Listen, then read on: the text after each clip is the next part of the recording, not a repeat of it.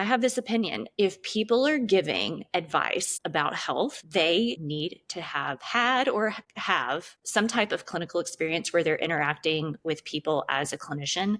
Because at least this was my experience, you feel the weight of people's lives and they're like looking at you and they're like, should I or should I not do this? And you are directly seeing the effects of your influence. And that relationship is not parasocial. It is personal. Like the guy on the fluoride episode, whoever that dentist was, that was like, oh, fluoride can kill a kid. Well, he's never going to see the effects of that statement. There are effects though. And that's the thing that I think is missing, that I hope this podcast starts to like shift in people's brains. When you say things and you have people that are listening to you, stuff happens to them one way or the other. Welcome to Influence to Death, your guide for navigating the wild world of wellness influencing. It can't stop. What is that? It's a virus. Like it's an enterovirus, like the flu and the common cold, but it's a different one. And so kids will get it. And that's like the telltale thing is like the rash on your hands or feet or inside your mouth. But Did you have that? No, I didn't have the rash. I actually thought I had either the flu or COVID, and Max had it too. But then once he was all better and his fever was gone, he got a rash on his feet, I guess, or his hands. And I was like, oh, you have hand, foot, mouth. I realized it, and the pediatrician confirmed it, but I never got the rash. It just is like a bad flu kind of for adults. Some adults, though, stay sick for like weeks, and then they get the rash, and it doesn't go away for a long time. And so they have to like be in public with like a rash like on their face or whatever. Yeah. Familiar with that? Yeah. So. Oh, honey, that's because you got sick like 2 weeks ago or something. Yeah, it was 2 weeks ago, and I just still have all this like congestion in my lungs that I keep like coughing up. So if I keep clearing my throat, that's what it is. I've been taking this herb that's an expectorant, and I think it's Lobelia? helping a lot. It is elecampane. I don't know if I said that right. Yeah. So I always think about lobelia because it's an expectorant, but it'll also like make you puke. It's like, I think they give it to people whenever they want to stop smoking because it like helps them get all of the crap out of their lungs. Yeah. But also like, I don't know if this was just this one kind of like naughty herbalist that I worked with, but he was like, I'll give people like a little too much. And then it makes them like kind of nauseous and pukey. And then they associate that with cigarettes. And it's like this really nice, like mental aversion. association. Yeah. That's interesting. Anyway. I know people who need that. Yeah. I needed that. Not me. Other people in my household. Oh, Does Andy roll his own? Not anymore. He thinks he's really sneaky. Yeah. And like when we met, he smoked cigarettes, and I was like, that's disgusting. You need to stop doing that. Yeah. And so I think he like pretended to quit. This was like almost 15 years ago, and he didn't. But he still uses tobacco. He uses tobacco. Yeah. Yeah. That's so interesting. Andrew kind of had that with me because I smoked tobacco when we got together, but I rolled my own. And so it like wasn't as gross to him or something. Yeah. But like he hates it. Right. He has like a really extreme aversion. I was like, I love cigarettes. Now I'm like, oh my God. Yeah. I worked in a bar. I mean, in Tennessee where I live, you could still smoke in bars until you might even still be able to smoke in bars. I don't know, but I worked in a bar, so many years back where it was smoking. And so I worked, and people were I bet smoking. in Nashville you can smoke in bars, right? I don't really know something changed in the last like few years when it was kind of like amazing because they were like, oh, because we were one of the last places where you're still smoking like in a building. Like, yeah. Kentucky, too. I mean, God, yeah. Same. I remember going to Cracker Barrel as a kid. Oh, that was like a huge thing because we never went out to eat, and I was so excited to go to Cracker Barrel because you had like the little room with all the toys and candy that you could wait in. And so when we were waiting for our food, I'd be like, can we go look at this stuff? And we would just like look. And of course we never got to buy anything, but I was just like amazed at all the things. But they had the lattice between the sections, smoking and not smoking. And somehow it worked pretty well. I don't know. I totally 1000% remember it was like a thing with holes. Yeah. Yeah, it was lattice. And I would like look through to try to see people smoking cigarettes. I'm like, what are they doing? Girl, I mean, think about this. People used to smoke on fucking airplanes. Yeah. Can you imagine? I would be sick as a dog. Yeah, that's disgusting. Okay, well, Should we? Yeah. I guess we are talking about ourselves. So, welcome to Influence to Death. I can't even remember our tagline. We are exploring the wild and ideological world of wellness influencing. Is that it? It's close. It's today. Yes, that's the tagline. So today, even more informal than usual. This is actually what made me think about this episode, Hannah. Is we'll get emails where people are like, who are you? You know, like people will actually ask, or like you talk about all these topics or what you've experienced, but like what have you taken or done to actually help with, you know, your own health stuff. I mean, I'm cool to go into that a little bit, but we just thought today we would kind of tell you our backstory and what got us here. So first, we're going to do a couple updates. So by the time this is published, we will have published our fluoride. Sorry, I'm just sweating. It is so Can't hot tell. in my house. Whew, it's real hot. It must be in Tennessee too, right? Like pretty. Today is pretty warm. cool, but I think it's about to be upper 90s like this weekend. I just walked around the block and I got home and I was like, okay, well, my hair's wet. So yeah, our fluoride episode will have been published, but there's one study that I had pulled up that we didn't cover that we just wanted to touch on today. And I've actually posted some social media clips, I think just one social media clip on fluoride. And it's interesting. We got a comment from somebody who just watched the clip that was like, I keep seeing this thing come up. And I'm sure people are like, quit talking about this. And if you feel like that, Hannah, please tell me.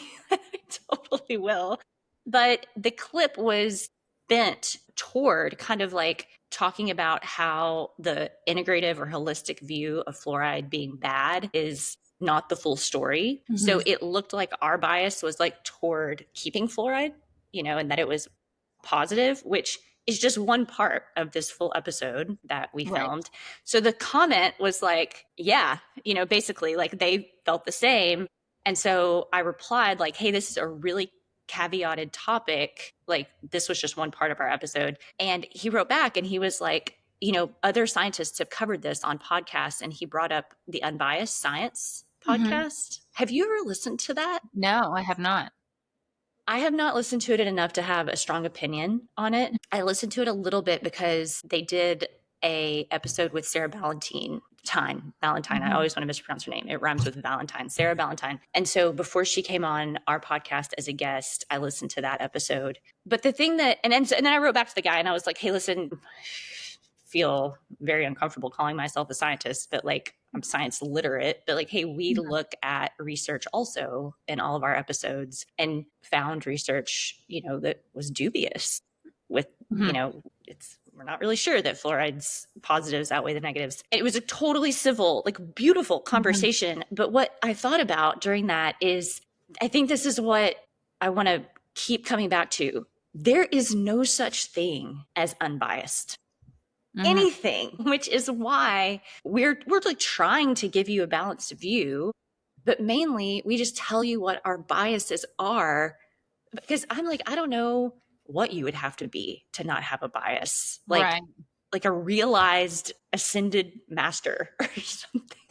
It's arguable if those beings even exist. It's like every human has that preset, even if they're really trying. And we really try. I mean, we talk about this a lot. We write about this a lot. We like, you know, are covering topics and trying to like look at as many perspectives as possible. But there is no such thing as unbiased. So yeah, it just keeps coming up for me more and more. You know, so Hannah just got accepted into grad school. Do you want to talk about that a little bit? Yeah. So I'm going back to get a second graduate degree, which seems like a lateral, not productive mood, but I'm pretty stoked about it.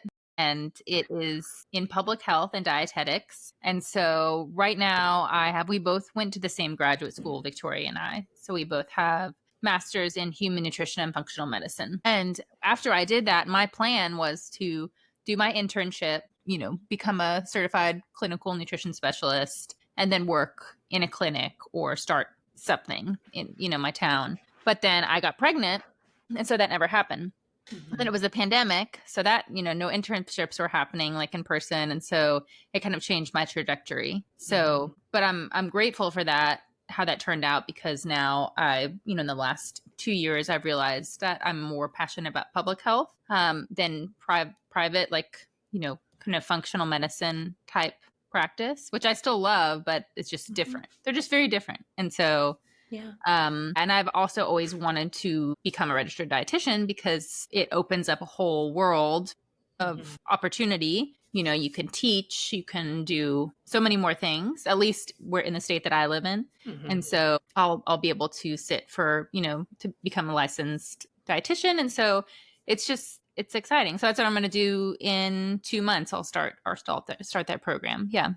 That's awesome. Yeah, it's okay. I don't think it's a lateral move at all. I think it's huge and to be commended. Thank And it you. also like inspires me because I would love to get my PhD and we have to like pay for this house. And I my know. husband and I have owned a I home know. in Kentucky and not lived in it for 3 years because of his work, which is great. But the thing I want to study is bias, which is like, Mhm. I think what I'm trying to say is like, it's on my mind a lot. It's something we talk about a lot.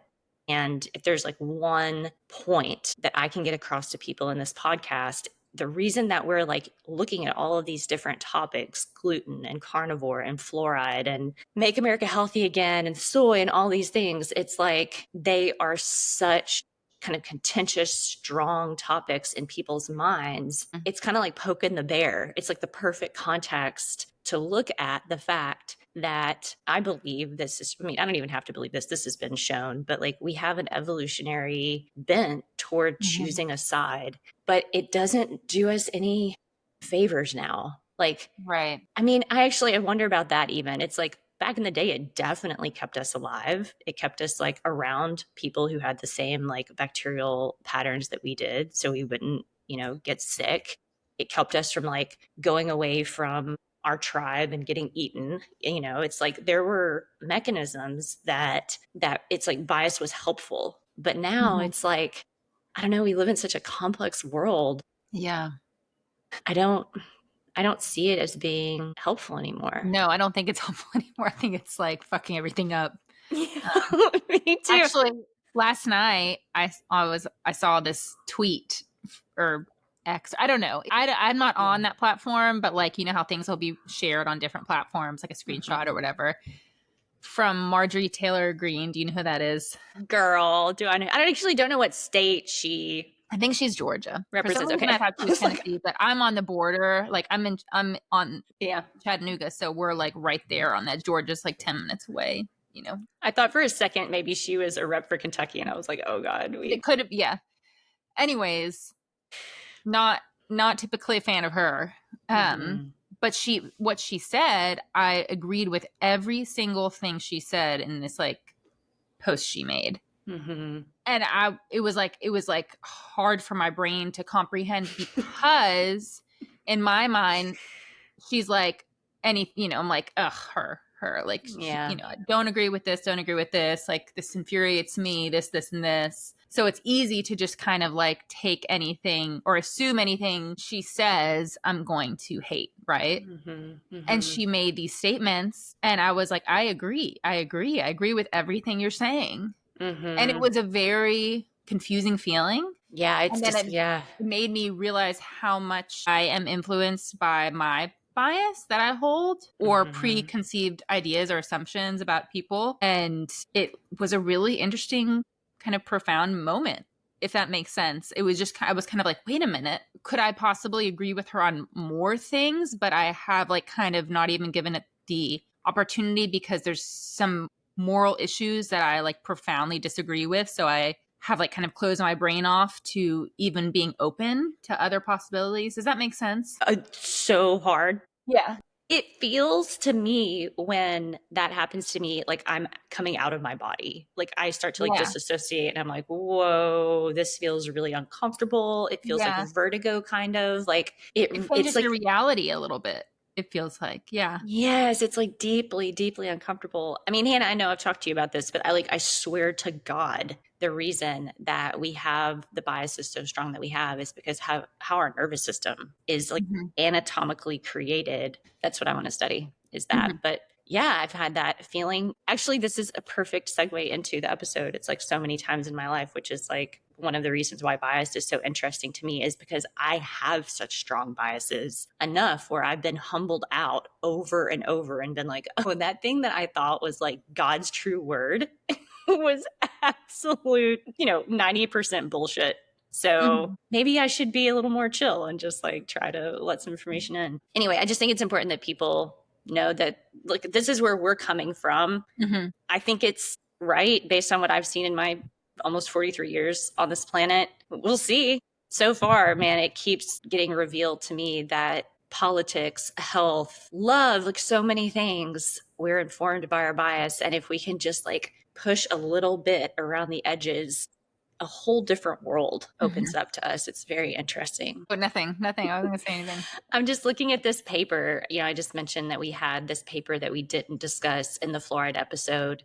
I think I'm just going to put it in the show notes for this Mhm. episode as an update. It's a very interesting study. It is from the Archives of Toxicology, May of 2020, and the title is Toxicity of Fluoride, Critical Evaluation of Evidence for Human Developmental Neurotoxicity in Epidemiological Studies, Animal Experiments, and In Vitro Analysis. The reason that it's interesting to me is when I looked at it, the author list it's interesting. I mean, that's the best way to describe it.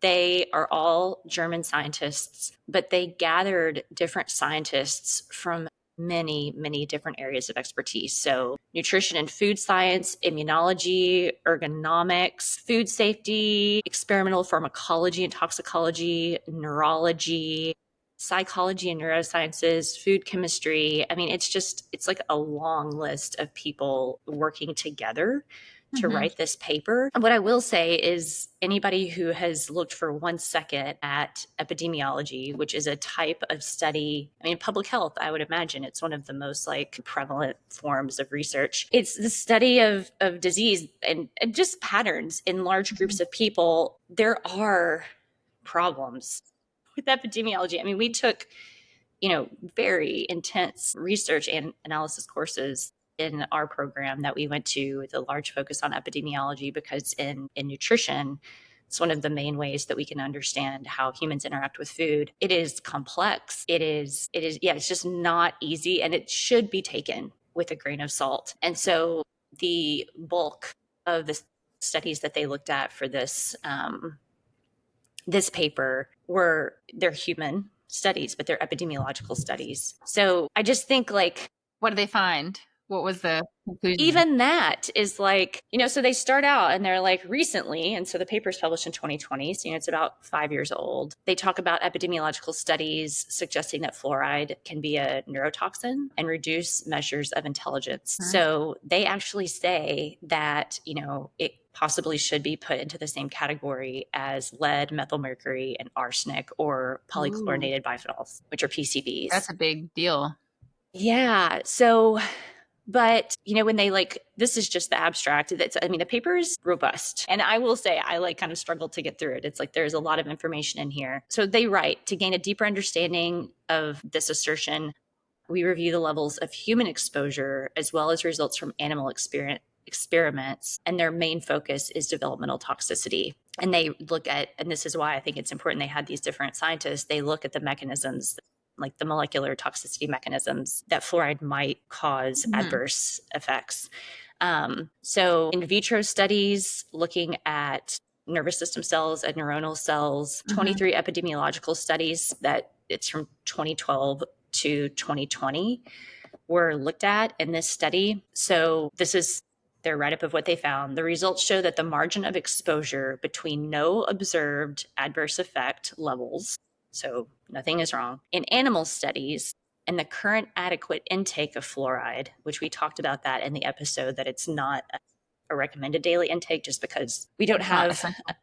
yeah, it's not essential and there's not enough information for us to make a real recommendation. So the margin of exposure between Mhm. no adverse effect and the adequate intake in humans ranges between 50 and 210. I think this is micrograms per kilogram per body weight per day, depending on the specific animal experiment used as reference. So Okay. in the experiments, there's a large margin. And it's a pretty large margin between 50 and 210 micrograms per Yeah. kilogram.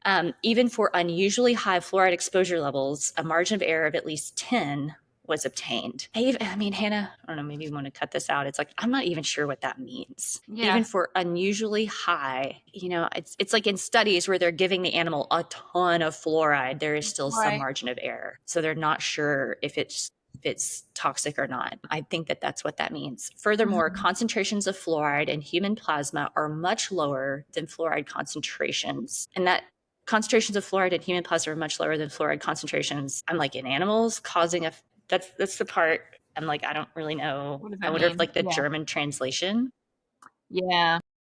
causing effects in cell cultures. Maybe this is yeah, there's like, it was hard to read. And I was like, man, I wish that I could like have somebody that spoke German to talk to me about the original paper. Concentrations of fluoride in human plasma are much lower than fluoride concentrations that cause effects in cell cultures.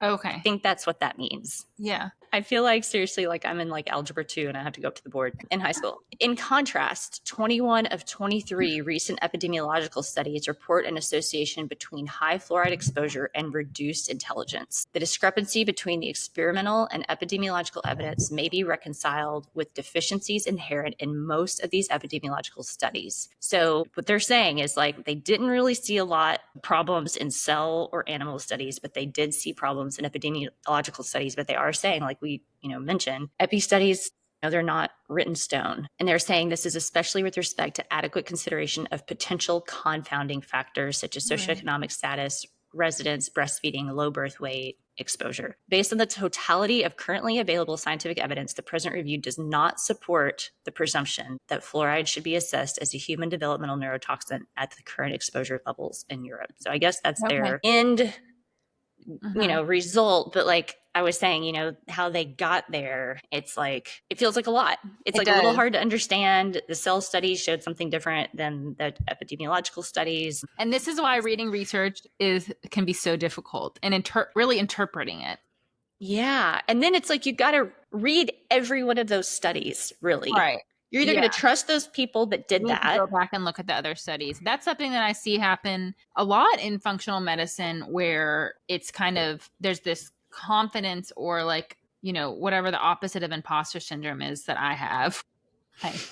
I feel like I'm not adequate enough, but then I see a lot of clinicians who like definitely do not feel that way, and they have a high level of confidence in their interpretation of data or research or knowledge and grasping like understanding of what's out there, and oftentimes I think misinterpret research studies because of that confidence is kind of like blinding to what you just said, where you actually need to go and look at the other stuff that they're citing, or you need to thoroughly read it instead of just like going to the conclusion, reading what it say, and then like grabbing onto that, and then transferring that to a message that you're giving to your clients or your audience, like a strong message without any nuance, or being cautious in how you're saying may, or we might think this, or this could be true, instead of like this is the truth. That is problematic, and that's a really big problem I see in functional medicine. So, but I get it too, because it is hard, and it takes so much time and brain power to wade through and do figure it out like thoroughly, to where and really in the end, what I would think mostly happens is you end up with a conclusion that is uncertain, and there's a high degree of uncertainty, and then that's not a good feeling. People kind of, they're like, oh, I don't really like that, I'd prefer to be sure, so I'm just going to stick with this because I'm sure about this. Hannah, I swear it all comes back to being afraid of dying. Yeah. I mean, I and like of it. feeling of out of controlness of just like living on this planet, period, where like we have to like grasp onto something and feel sure of it. We could get really out there and philosophical, which whatever. Today we can talk about whatever we want. It's about us. But yeah, like, look, that's probably like the 5th time I've read that abstract. I've read it to myself in the morning, in the afternoon. Like my brain is definitely sharper in the morning. Like I have read that a lot, and I still got more out of it that time, the 5th time around. So yeah, it's hard. And have you ever seen that little meme? It's like the guy on his computer, and he's like, I'm going to go on Google and find out what the truth is. And then it like shows up his Google results. And the first result is like confirming what I think is true. And he clicks on it and he's like, jackpot. Like, I mean, I think it happens in conventional medicine though, too. Like really, and this is okay. this is the hard thing. Listening to our fluoride episode, we talked about, like, okay, we see this in integrative medicine or in functional medicine, like why people think that field is a joke is because, I mean, there's so many reasons why, but like, yeah, you can't say, for instance, that like fluoride is going to kill a kid at the dentist office. Yeah. There's like a carefulness or something that conventional medicine has. But the whole reason that the world of functional medicine exists, one of the main reasons anyway, is because there are these gaps in conventional medicine. And I think one of those gaps is that the like sureness, like what you're talking about, the like, this is the way, this is the only way. If you don't do it this way, you're absolute maniac. And people are like, hang on a second, that's not the case. But yeah, I see it in both Yeah, definitely. worlds. Anyway, we will put that toxicology paper in the show notes. There's a lot to go through. And mainly I was just impressed because I was like, wow, they got all these different people together to look at this and talk about this from these different angles. And I think there's value in that. So we don't know if fluoride should be in the drinking water. Good luck with that. I'm seriously, I'm like, I have no idea if it should be. Either. It is. That's what it is. So I guess in this like today, what we're talking about now, we did that update and we just wanted to kind of do like a short bio for each of us, right? So if we were a blog, you would click on the About Me page because we have had a couple people, especially in the early episodes, who are like, you need to like talk about your qualifications because you don't know who you are. You're just, and I think that's just because that's not a really kind of our bent. We're just like, let's get right into it. Yeah. So let's do it. Like, I want to hear about you and like a little bit about your background and how you ended up studying nutrition and doing a podcast.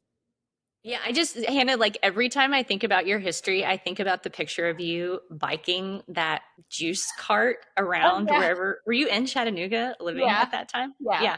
It's just like the coolest. I remember seeing that.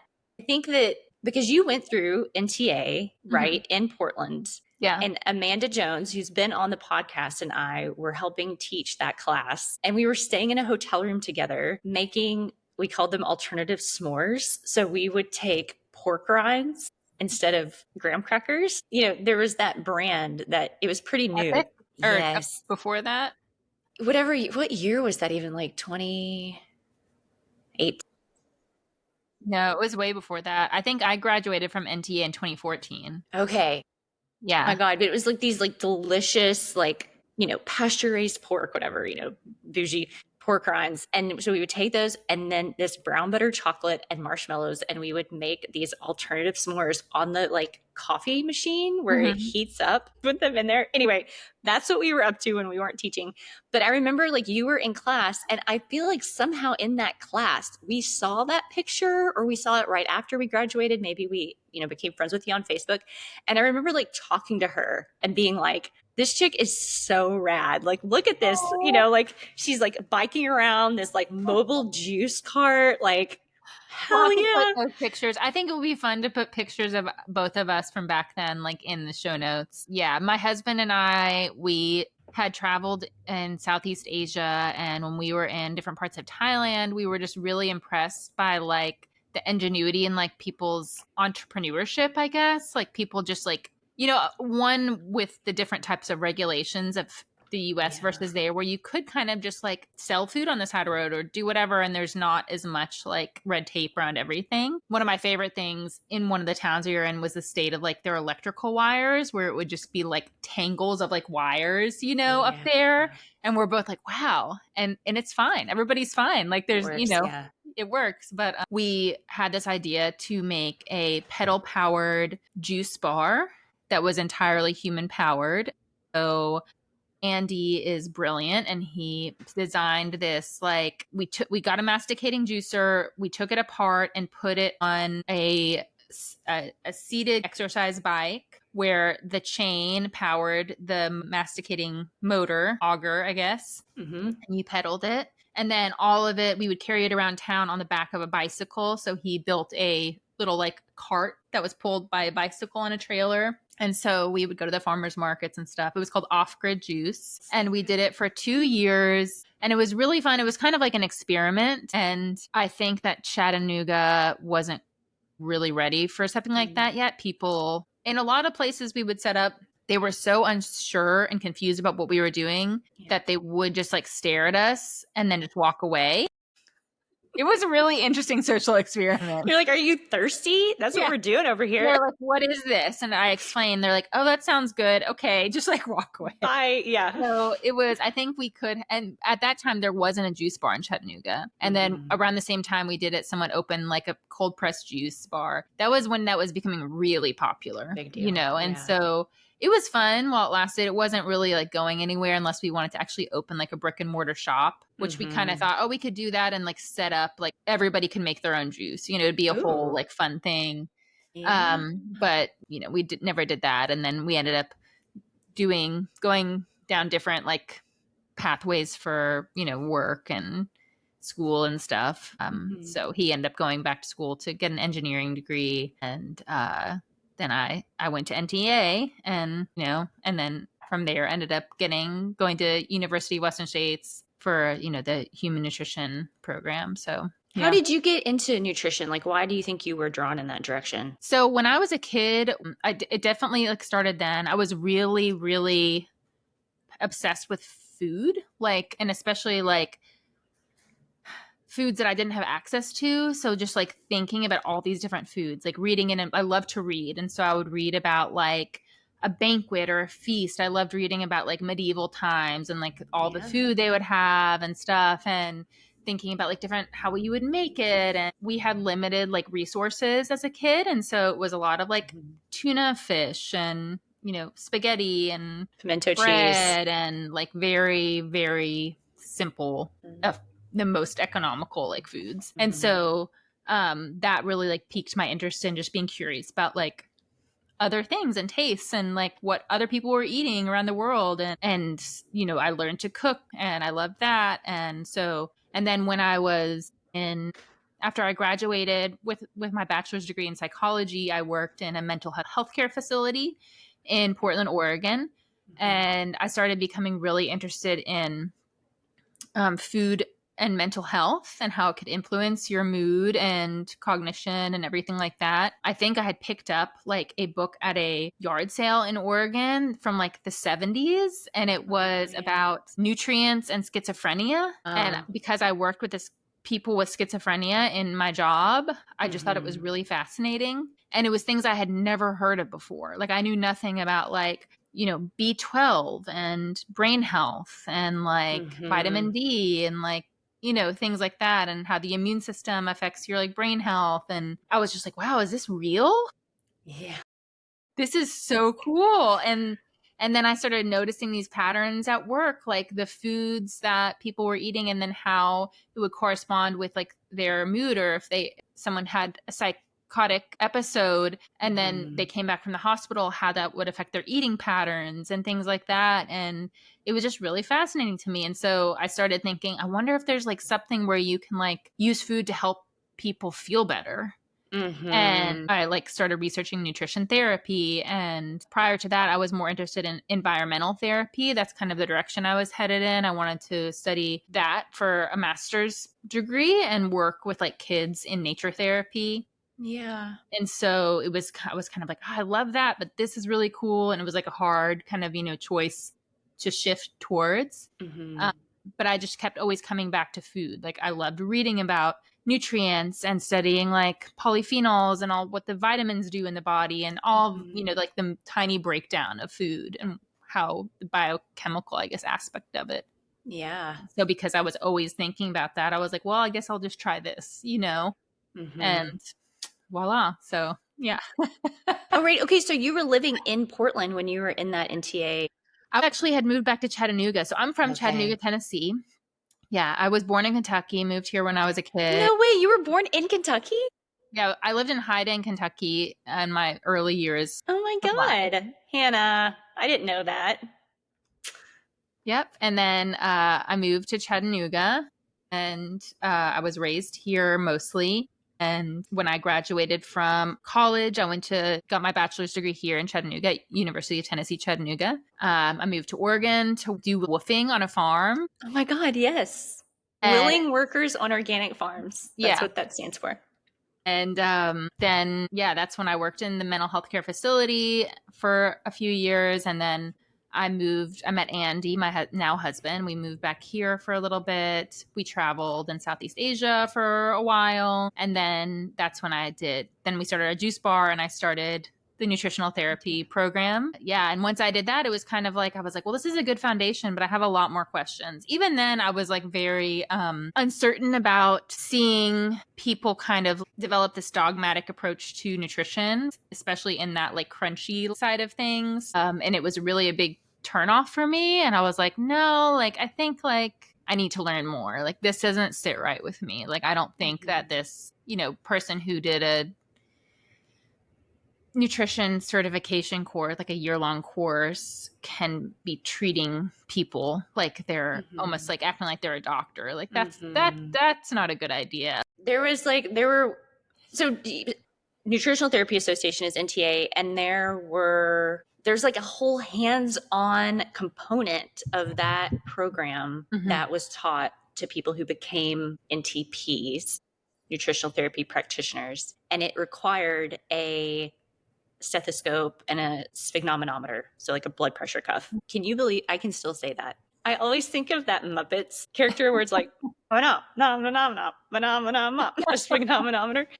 And so I think people had this feeling, if they were, kind of like turned in that direction a little bit, where it was like the stethoscope. Like I've actually seen photos that some NTPs take, and they're like wearing like a white suit jacket with their stethoscope. And I'm like, that's not the vibe. No. That is not what we're doing. It's misleading. And it is like, a little misleading. Yeah. Again, it's that confidence. It's like, oh, I have this confidence, instead of erring on the side of like uncertainty, like, or maybe I should.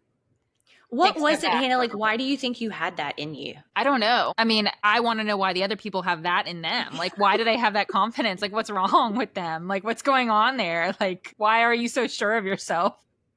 I feel like I'm going to have a stroke. Yeah, that's totally true. I just see that as like the default. Like, it's so rare that somebody's like, hang on a second. Yeah. I didn't know if there was some like thing that happened or.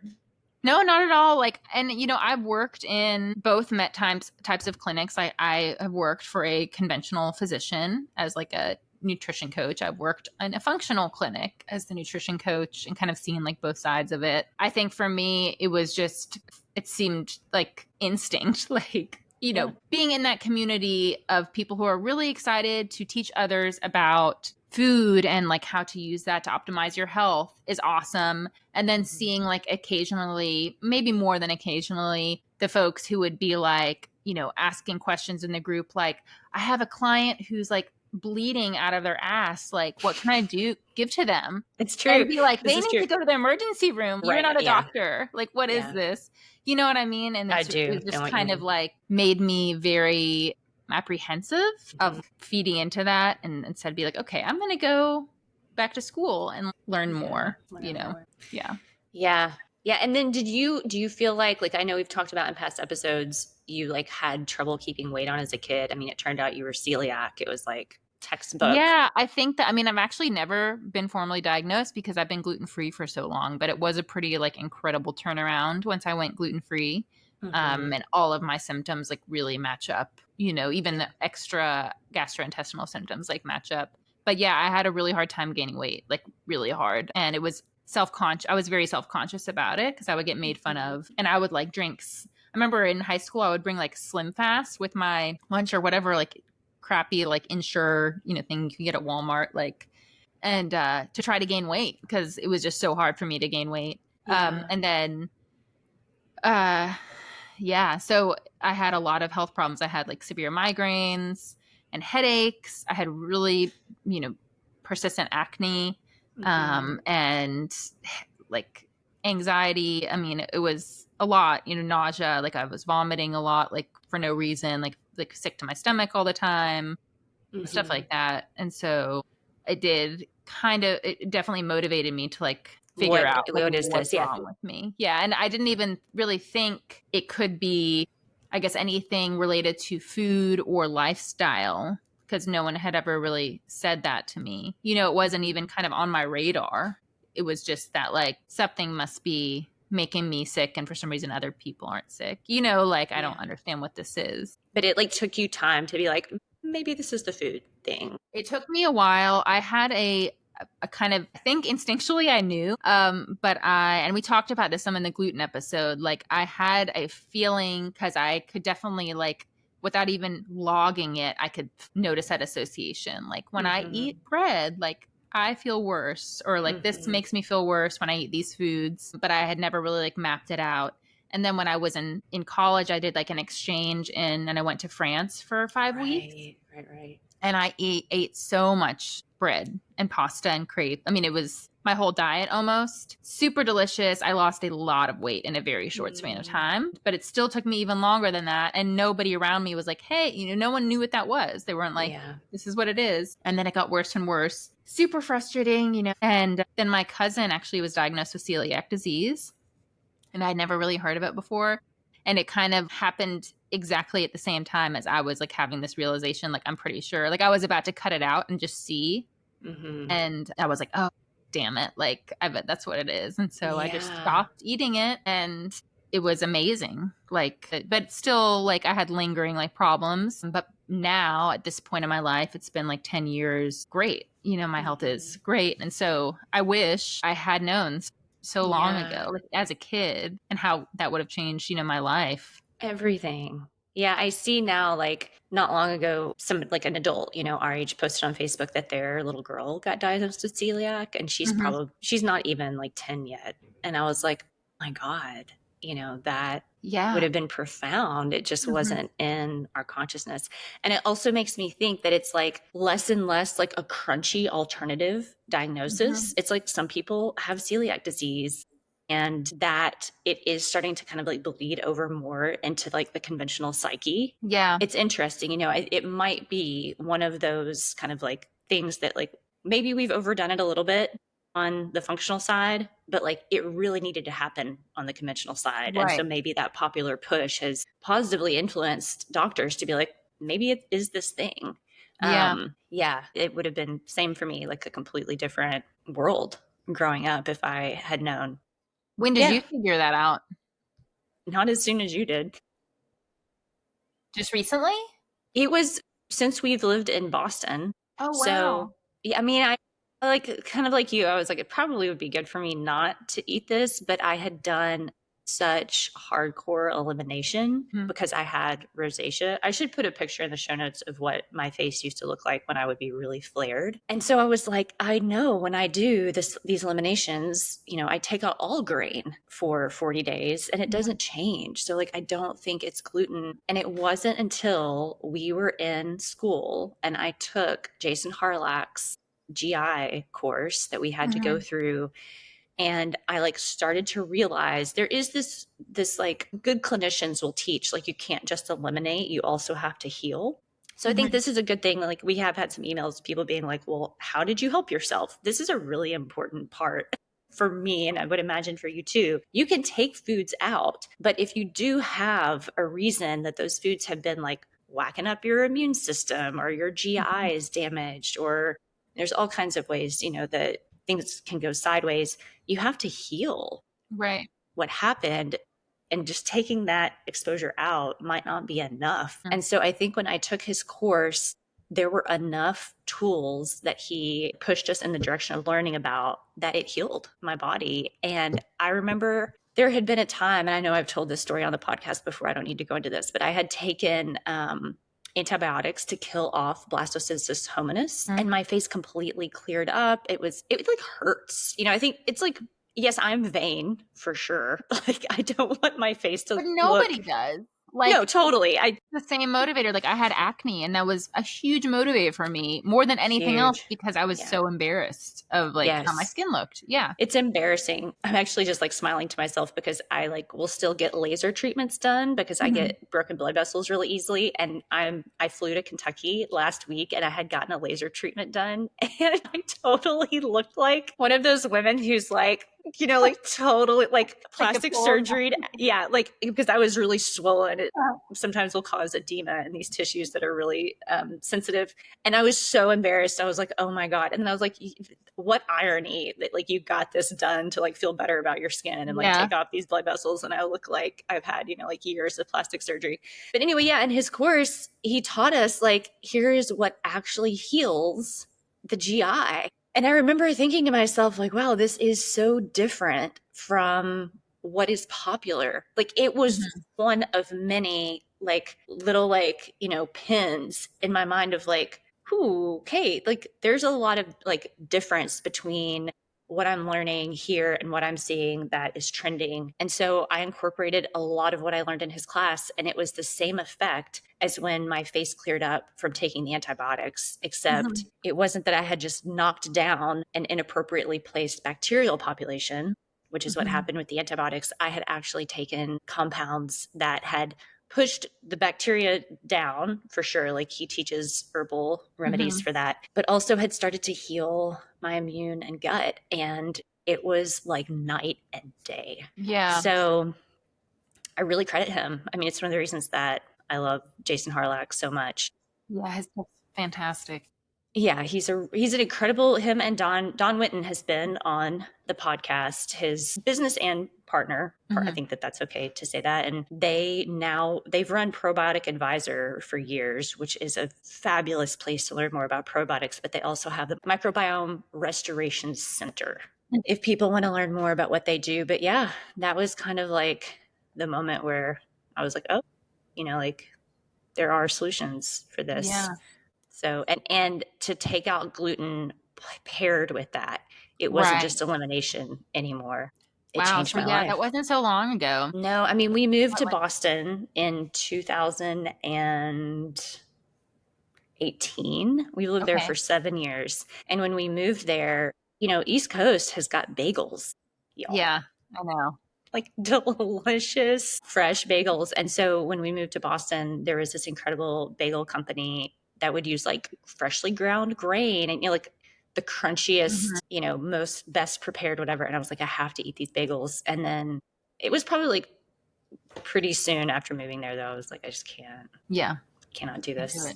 It's Yeah. sad. It is hard to give up all that stuff that you love. Like I loved bread, toast, bagels, croissants, beer, Oh, you know, beer. all Yeah. the stuff. But there's lots of good stuff now. I love to bake gluten-free goods. It's like Yeah. my favorite thing. Look, Yeah. I have banana bread sitting in there on the counter. Like I'm fine. Yeah. But it's funny, Hannah, like we have a very similar story. Hmm. First of all, okay, I didn't know you were born in Kentucky. For some reason, that makes me just love you even more. I have deep, deep Kentucky love in me. But like, I was also born here in the town Hmm. where Andrew and I are moving back to and actually opening his gym. That's going to happen this summer. Wish us luck. Big old brick and mortar. But I was overweight as a kid. And Okay. So I awful. definitely am like very sensitive person. I might come off kind of like crass or loud, but I have like a very soft center and it was horrible for me. I like Yeah. still like I don't know how it seems like a lot of people they're like friends with people from high school, but I just don't have that because I felt so hard done by, which looking back I'm like everybody feels that way in Hmm. school. This was not a unique experience, but like it was really difficult for me. And so I always wanted to just be like regular size, which Yeah. now I'm like a huge fan in one way of like the Kardashians and like people who like made bigger bodies okay. Right. Because I still live in a body that is it's like bigger than a lot of women's bodies. And definitely like in Kentucky in the 80s and 90s, that was not flying. It was Right. like Kate Moss, heroin Right. chic. It's so, but just like hearing your story, it's like, it's any deviation from, the norm and anything Hmm. probably. Kids are dicks. Yeah. So They sure like, you're going to get made fun of. But yeah, like then getting through college, I went to school at Murray State for 2 years. I was an opera singer, but I was interested in nutrition because I like didn't feel good. So I was are. bigger, but I also just like, I've always had anxiety disorder, like can't sleep some nights. I don't know, it's just the way my Hmm. brain tends. I just couldn't hold down anything. So I can sing my ass off, but like, That's there's so no cool. way I could have been an opera singer. I could have been in anything, but I was like wanting to go explore the world. And Mhm. so I moved to Eugene, Oregon, but I quit school to do that. I went to Eugene for a year on like an exchange program. And then Mhm. I remember I'm like in Eugene, Oregon, like living in this completely just wild vegan co-op. I've like become this like hardcore vegan. I had an amazing experience really living in Eugene, like learning more about activism and how, different people live in the world. I don't have to go into all of the details, but I remember calling my mom and being like, hey, I'm not coming back to Kentucky to go back to school, which was like supposed to be the plan. Like, you finish your degree. It was a Yeah. huge deal for my parents. Like, I was first generation student in college. Me too. Another thing in We had common. some, Weird. yeah. Very weird. And same with our husbands have these like, my Yeah. husband's name is also Andrew. Yeah. So I remember I called her and told her I'm not going to come back. I'm going to move to Hawaii. I didn't say I'm going to move to Hawaii and like hitchhike, but I was like, I'm going to move to Hawaii. And I remember she was like, over my dead body. Like, Mhm. absolutely not. Which I was like, I'm in Eugene. What are you going to do? You're 3,000 miles away. And so I remember I try to keep it on track. I quit school, moved to Hawaii with a backpack and hitchhiked around Big Island and just happened upon this community of people through this like random connection in Eugene. And I lived there for 4 years. And that's when I was eating the primal diet. You actually sent me the other day on Instagram this guy who is still eating the primal diet, which Yeah. It's really gross. I thought it was a joke. It's not a joke. We should link it in the show notes. It made me like want to puke. The way he was talking about he was eating pretty meat gross. He was gone kind of bad gross. and like how to make it taste better. You just mix honey in it if it's rotten and then you eat it. There's Sure. some very like questionable practices. I mean, it's actually interesting. We just got this cat. Andrew and I are moving here soon. My parents found this little like total beat up little kitten, fostering it. It's the sweetest cat. And so I joined this, it's a holistic pet care membership. Mhm. It's awesome. It's called Gracie and Friends. It's Wilma Shaw's pet care membership. And so in the membership, she's like, hey, it's really great if you can to feed your cats a raw food diet. It's like Mhm. especially good for them. And I was like, oh, no problem. I still eat my meat raw. Like, not, You do? yeah, totally. It's just like totally a part of my life now. I'm not, Wait, how do you eat it? What do you do? yeah. So I'm not like, this is the thing. Primal can get really gross. And people would like make high meat, which is it's letting meat sit and the bacterial populations grow. The whole thing is it's a lot. We should do an episode on the primal diet and Ugh, have yeah, Jameson back to that's talk about it. disgusting. But it's a completely raw version of eating omnivorous diet, but it's all raw. And we were in Hawaii eating that and Pacific Rim, right? So Hawaii is like, in the middle of all of these different countries. We would have guests from Japan and Micronesia and Thailand and, all these different, the Philippines, all these different places they would come and stay at this community that I lived at. And I remember so many people would ask us like in the United States, like, why is it that sushi is so popular, but like you all don't eat other raw meat? Like, Mhm. why? Like, it was super common, but you all do. Like, it's so rare, And so we would have these guests, and it was like to them, the raw meat thing was just like not a deal. They were like, we also need rice with Mhm. this, maniacs. Like, you should also be cooking rice, which we weren't cooking much of anything, but like for them, it was just like part of their culture. They would eat raw Right. beef in Well, I guess it Thailand. depends on like how you're so I raw beef, I'm like pretty familiar with having different recipes for that in different parts of the world, but Yeah. usually you're mixing it with like herbs and spices Yeah. and having it with rice or bread or something. So like my idea of the primal thing is the dude on Instagram who's like letting his meat sit in a mason jar and It's then not all, eating it. Is that yeah. what that's not what you do though, right? But like I will just eat like some raw steak Okay. Okay. and I love the way it tastes. But like I didn't, like so after actually I lived in Hawaii, I moved to California for years and engaged in various agricultural activities. The woman that I lived on a piece of land with, she was Lebanese and she would make kibbeh, which Yeah. is this That's what I it's this delicious raw meat dish with like all these different spices. I Mhm. mean, girl, it's like we had friends in Thailand and she would make maggot chicken. What is that? It's chicken that you leave out and the flies lay eggs in it and they're maggots. And before you prepare it, you just like scrape the maggots off and then you prepare it raw and you eat it. And it was just like totally normal for them. I don't know What if does it that's taste normal. like? I never ate maggots. Like Okay. I can't, Yeah, I maggots could, freak me out. I I can did eat eat. other insects. I've eaten ants, like mealworms, all the stuff like that. But Yeah. maggots freak me out a little. Yeah. I get, it's probably the thing that like does that thing, Yeah. like gives me that feeling the most. But we did eat raw chicken for sure. Like, and I'll tell you what, I only felt better and better eating that way. So that's so fascinating. And I want to do that episode and also talk about like the history of like food safety regulations in the US, because we Yes. definitely have a very different view on safety of foods when they're not refrigerated at the proper temperatures. And then anywhere you travel in the world, I feel like, or all the places I've been, it's completely different. Even in parts of Asia, you have the open air markets and like the salted fish or whatever sitting out there all day in the sun. In parts of Spain I went to where they have like their pinchos, like the Yes. kind of like little Like a bite, bite. Yeah. and they sit out there for a long time and people just go and get them whenever. But here it's like it's almost like a, I don't know, the passion people have about food safety is really intense. Listen, so the founder of the Primal Diet was on Ripley's Believe It or Not. And they like called in this like, FDA expert. And he was like, if this guy eats this, like he's going to die. There's no way. But like Augenis had been eating food like that for decades. Listen, I never saw Augenis's blood work. He seemed healthy as shit though. But there is this thing though where it's like, okay, so I felt better. I probably was gluten sensitive though. So like there's no gluten on the Primal Diet. There are Right. tons of nutrients. And then maybe the thing that wasn't helpful for me, plus I was living in Hawaii outside and sun and Right. Could ocean have and been so many things. run around naked. And, so it's like,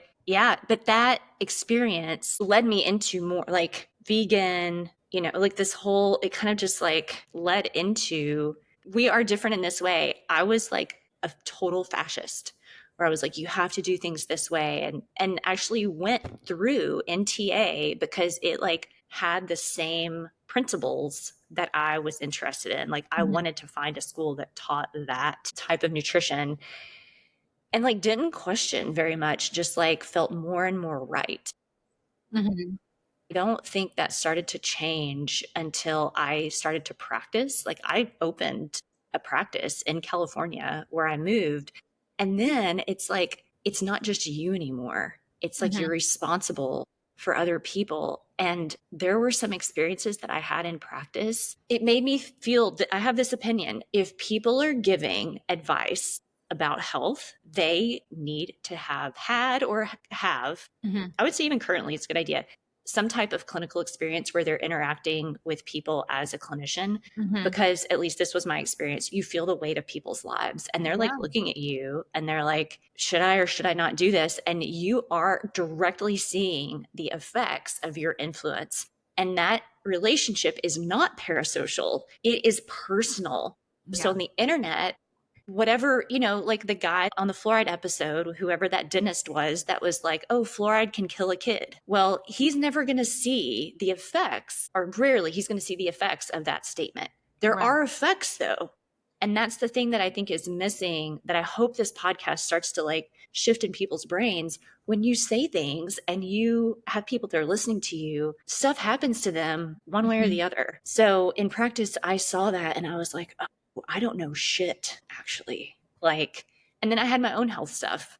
I wasn't 20 years old anymore, and that started to come up. So, then I sought out the University of Western States and went through that program. And then also in there, like trying to figure out my own health stuff and spending thousands and thousands of dollars on functional clinicians and supplements and testing and all the shit, and it not making one lick of difference. It's like, then you start to be like, okay, hang on a second. I'm glad this is effective for some people, but it was not effective for me. So it's like there's something else going on. Right. I'm the one who had to figure that out. And I'll tell you, like, I joke that this is my, like, I mean, God, at this point, it's like my $70,000 face. I have a graduate degree and have done more research on rosacea in, all of the like fingers, the Mhm. immune system, the GI, because I wanted an answer and nobody else had an answer. But yeah, it starts to kind of make you question, or for me at least, to like go through those experiences led me to now where I'm like, okay, I've had enough input to know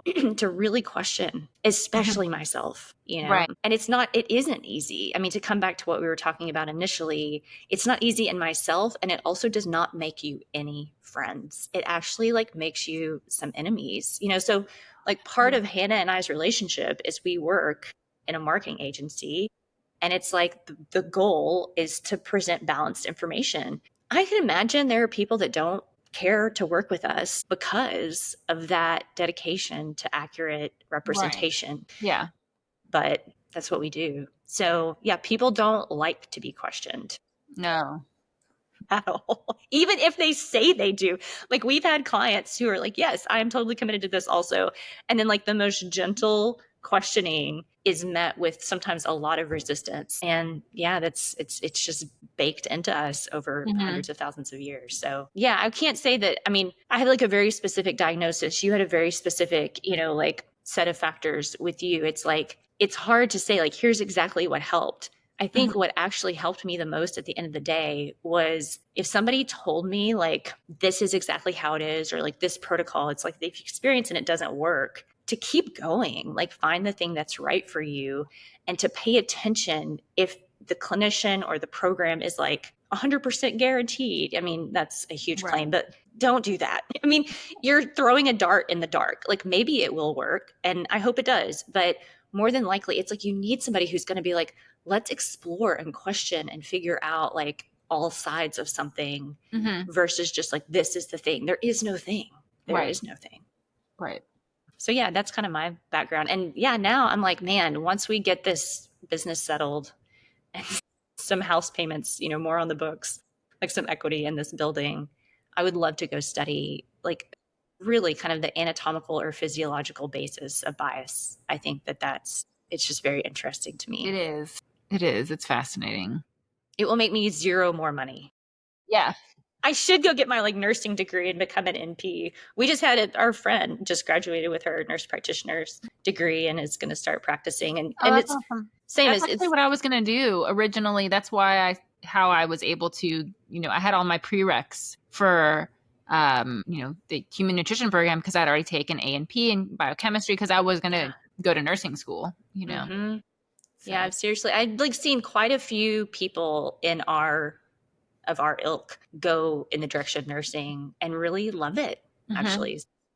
I still kind of wish I had done that, but. Okay, well that's about us. Mhm. Yeah, if you have any more questions and want to get to know us more, please let us know. We'll answer them in an introduction and check out the pictures that we have Oh yeah. of our past lives below. I had a lot more hair back then. You did. Keep it real chill now. Okay, Hannah, this was super fun. I hope But people like this and kind of can see like where we're coming from. yeah. All right. I'll talk to you soon.